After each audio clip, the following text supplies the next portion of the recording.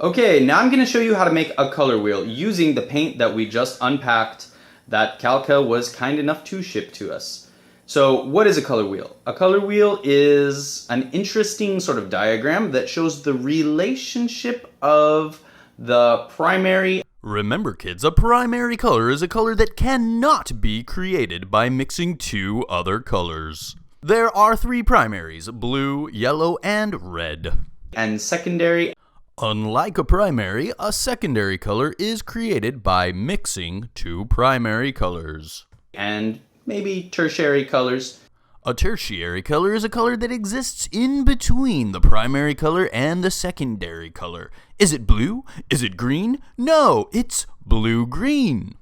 And along the way, we'll also learn how to mix paint.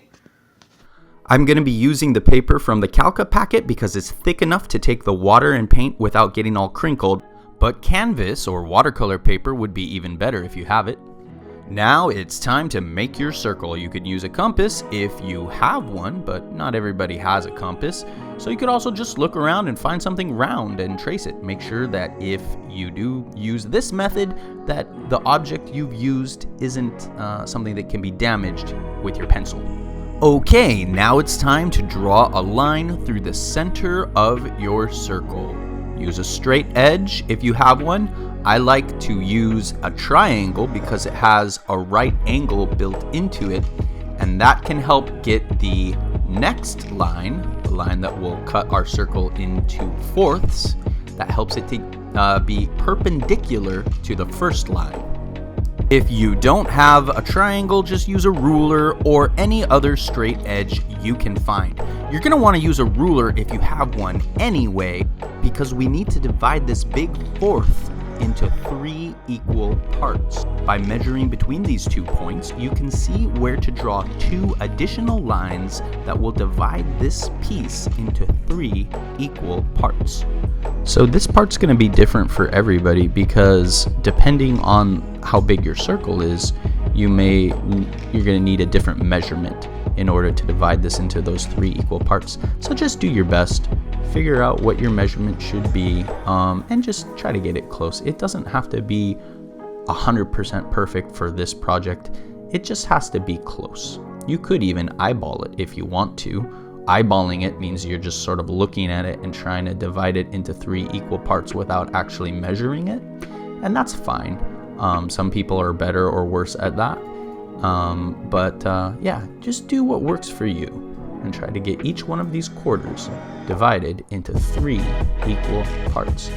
That would be, by the way, if you're curious, a fourth divided into 3 equal parts makes them 16ths. Okay, now before we start painting, we better figure out where our colors are going to be. You could just take the colors in the, well, these aren't really tubes, are they? What these little canisters that we have, you could just take them and put them literally where they're going to be so that you can make sure that they're at equal triadic, a triadic relationship. That is like they're equidistant. They're equally distant from each other, making sort of a triangle. We do have that green. I think I'm just going to mix the green because green is a secondary color and I want to show you how to mix secondary colors. But that's where it would be on the color wheel if I was going to use that particular green. Now, we don't have an orange, so I just wrote an O where the orange would be, and I'm going to write a P where the purple would be. Now, I'll remove the other colors and just write a Y, G, blue, B for blue, and R for red, so that I know where everything is going to be. If you want to write the tertiary colors, you can write a YG for yellow-green, BG for yellow or blue-green, and etc. on like that. Now we're going to need something to mix our paint on. I recommend getting some wax paper. If you don't have wax paper, you could use a paper plate or anything else that is disposable. I recommend taping your wax paper if you are using it so that it doesn't move around. Okay, let's talk about the brushes. My favorite brush to use is the square brush, and Well, it's versatile, and I'll explain why it's versatile as I begin to use it, but you're going to want to soak your brushes for a little bit first so that they are flexible. They come a little too stiff. Okay, I recommend starting with one of the primary colors. I'm going to start with yellow. And let's see, I guess we can just take the paint directly from the canister here, or what usually would be what usually would be a tube. I'm gonna call it a tube even though it's a canister. We're gonna take the paint directly from the tube and put it right onto the paper. Usually we would want to mix our paint. If you're making a painting, you almost always want to mix your paint. But for the color wheel, the point is to show the paint as bright as possible, because it's sort of like we're imagining that this is the pure color right from the rainbow, from light itself. Now, paint is a little bit different than light. Actually, it's a lot different. But you know, those pure colors from the rainbow are the origin of all these colors that we have in pigments. So go ahead and put that color on there and try to keep the edges as clean as you can by using the hard edge of the square brush. It takes practice to be able to control it. Try to smooth out your paint so that it's not too clumpy. I'm gonna take some of this yellow paint before I'm finished here and just put it on my wax paper so that I'm ready to mix it with the blue and create green. Because remember, even though I have the green, I want to try mixing them. I want to try achieving my secondary colors by mixing them, just so that you guys can see how that's done. And now I'm going to clean my brush and get it ready for the blue paint. Obviously, if I leave this yellow in here, it won't. It'll affect the brightness of the blue. So first, I'm gonna put my yellow brush in a little bit of water, and then I'm going to use a paper towel to wipe away the excess yellow so that it's pretty clean and clear and ready for that blue. I'm doing this off the camera so you can't see that, but that's what I'm doing. Just a little bit of water and some a paper towel to scrape off that yellow so that I'm ready to go for the blue. All right, I'm gonna put the blue on, and I'm doing this so that I can mix the blue and the yellow for the green, but like it's just easier to start with the blue first, and once the blue is already on my brush, then I can just mix in the yellow and make the green. So if I made the green right now, it's like I'd have to get the blue dirty with the yellow, and might as well just put on the blue while it's clean. So just like the yellow paint, I'm putting a blob onto the surface, and then I'm trying to like smooth it out, taking the thick blobby part and kind of pressing it over into where there's no paint yet, just trying to smooth it out, noticing where is the paint thick, where is it thin, and trying to even it out using the edges of my brush to make a nice hard edge to my shape, which again, that's why I like the square brush. The square brush is versatile. The way you twist it and turn it, the way you hold it, you can get very straight lines and hard edges if you want them. So I'm actually going to turn my paper so that I can kind of have my brush going in the same direction as the line that I'm trying to create. And again, just smoothing out those ridges and bumps and trying to get it kind of even, kind of smooth. It doesn't have to be perfect. You just want to do the best that you can.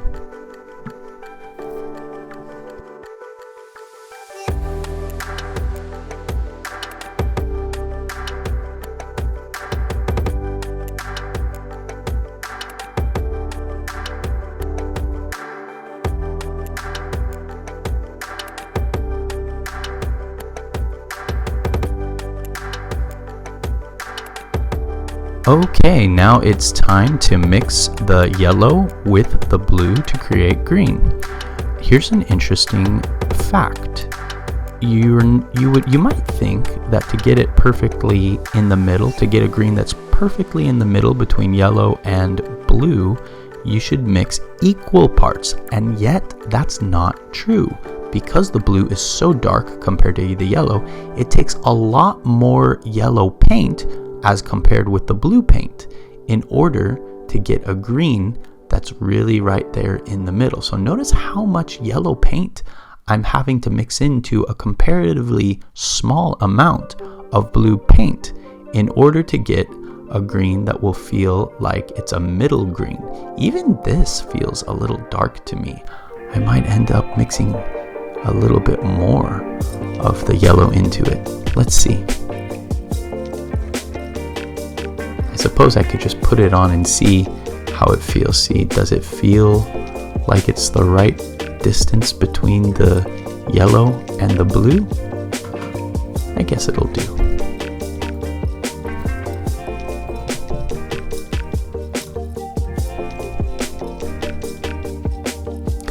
Now, if you haven't been able to achieve these hard edges that I'm getting, don't worry, because when you go over with the middle color, you have another chance to trim back anything that has kind of gone outside of the lines. But it's kind of good to aim for getting that hard edge if you can. It's that back and forth motion that's going to achieve that for you. Back and forth with the hard edge of the square brush. Slowly pushing the edge of your paint up to that hard edge. It's just practice. It's a good thing to practice. You don't have to get it perfectly. It takes a long time to learn these skills.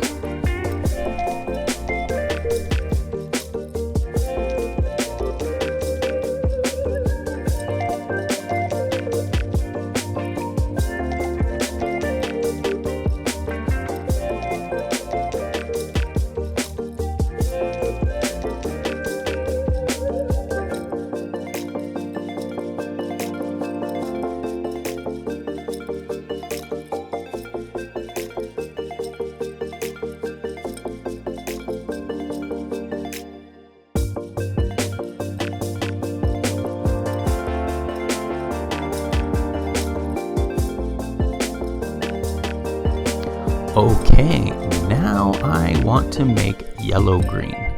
Just a lighter, more yellow shade of green. Sort of imagining a green that's halfway between the green and the yellow. Oh, yellow-green. This doesn't quite look yellow enough. I think I'm going to need some more. Oh, I shouldn't just dip it right into the yellow. I should wipe off that green first. Let me see. Or I could use a different brush. There we go. That way my yellow paint isn't contaminated with little bits of green that will mix in and make it duller.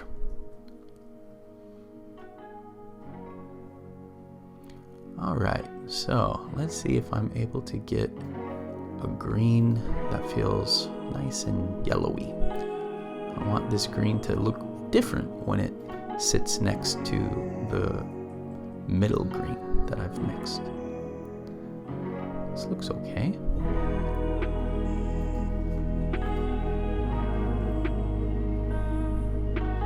Yeah, I think it's pretty good. Let's see. Oops, got a hair there.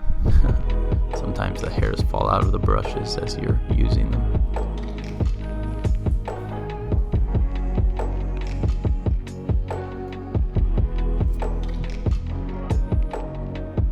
Okay, now let's see. Can I fill this in? Yeah, I think this is looking pretty good. And oh, wait dang it! I went over. See that? I went over into the yellow. Oh well, I can try to fix it later maybe. For now, let's just keep going. I want to try to get a nice hard edge there. It's easier to go dark over light. Like this yellow is lighter than the green yellow, so I can go over it to trim it and make a nice hard edge. The opposite is not as easy. I have to just kind of hope that my darker green there already has a good edge, and then I just come right up to that edge with this lighter yellow-green.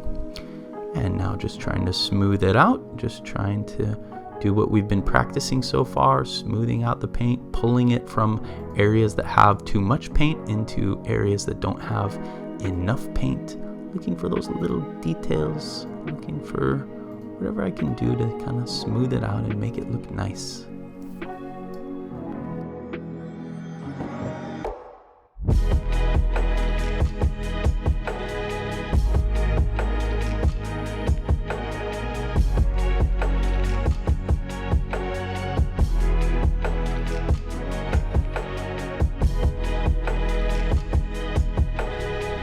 And let's see if I can wipe away this green a little bit. I was able to wipe away a little bit of that with my finger. Could probably get even better with a paper towel, sometimes a wet paper towel or a dry paper towel, depending. It really depends on the circumstance there.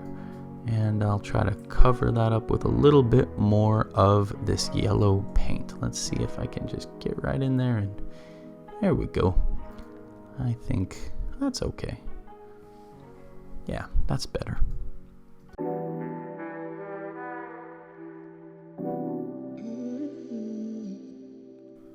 Okay, and now it is time to mix that blue-green. So because we're going darker, I think it's alright if I have a little bit of yellow on my brush. I'll still wipe away some of that more yellow-green, but it should all mix in pretty well since we're going darker with the blue-green. But our goal here is to try to get a green that's halfway between that midpoint and the blue. So same process really, we're just going in the opposite direction here. And let's try to mix in a blue-green. Let's see. It looks really dark, doesn't it? Well, we'll see what it looks like once we get it on the paper.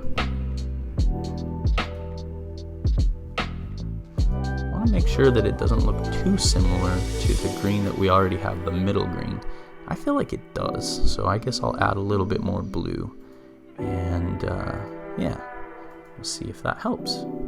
Just pouring out a little bit there so I don't contaminate my blue paint.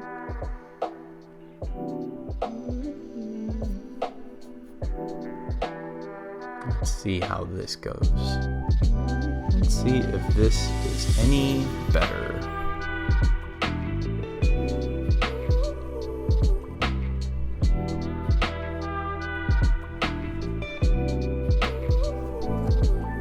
Yeah, I guess it's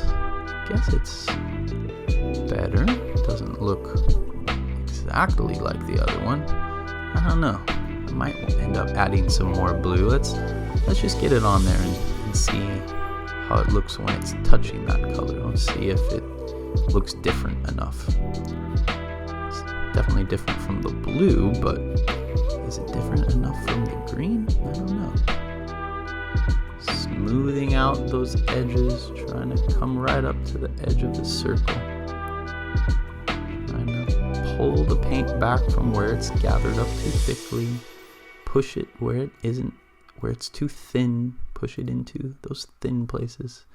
Just evening it out, smoothing it out.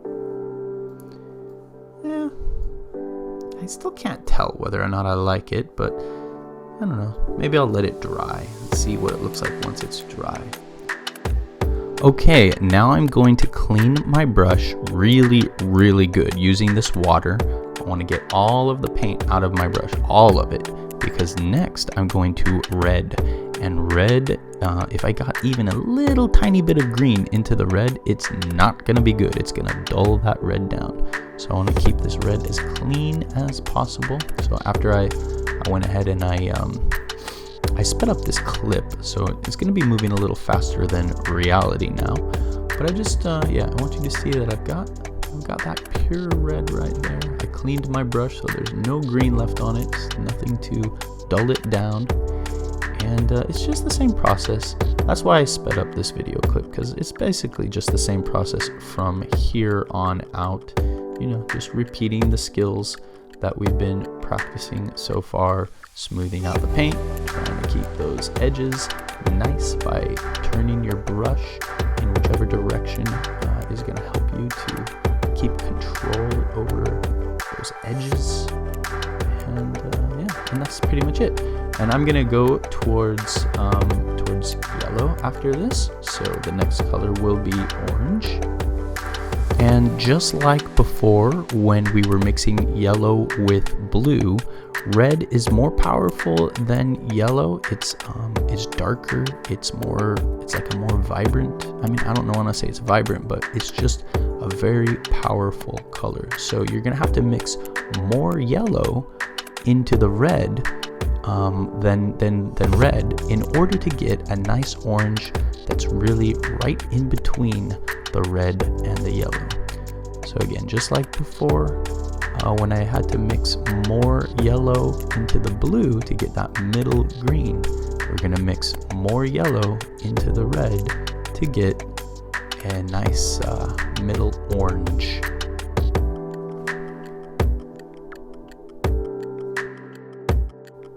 And I think I'm just gonna let the clip roll for a while without commentary, because at this point it's pretty much the same process that we went through.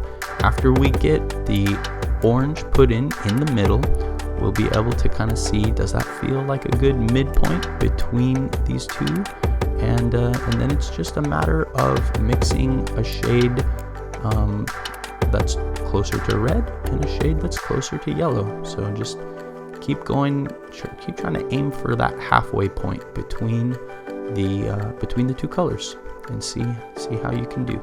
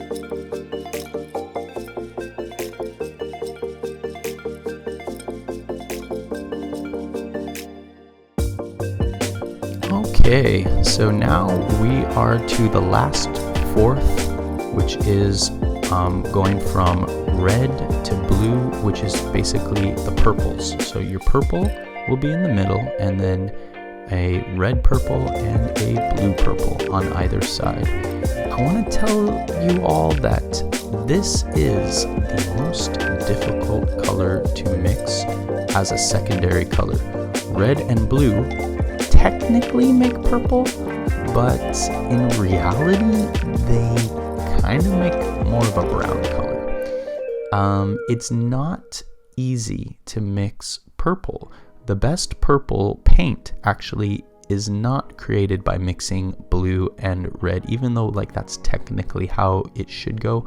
The best purple paint, the best purple dyes are just found naturally occurring as purple in nature.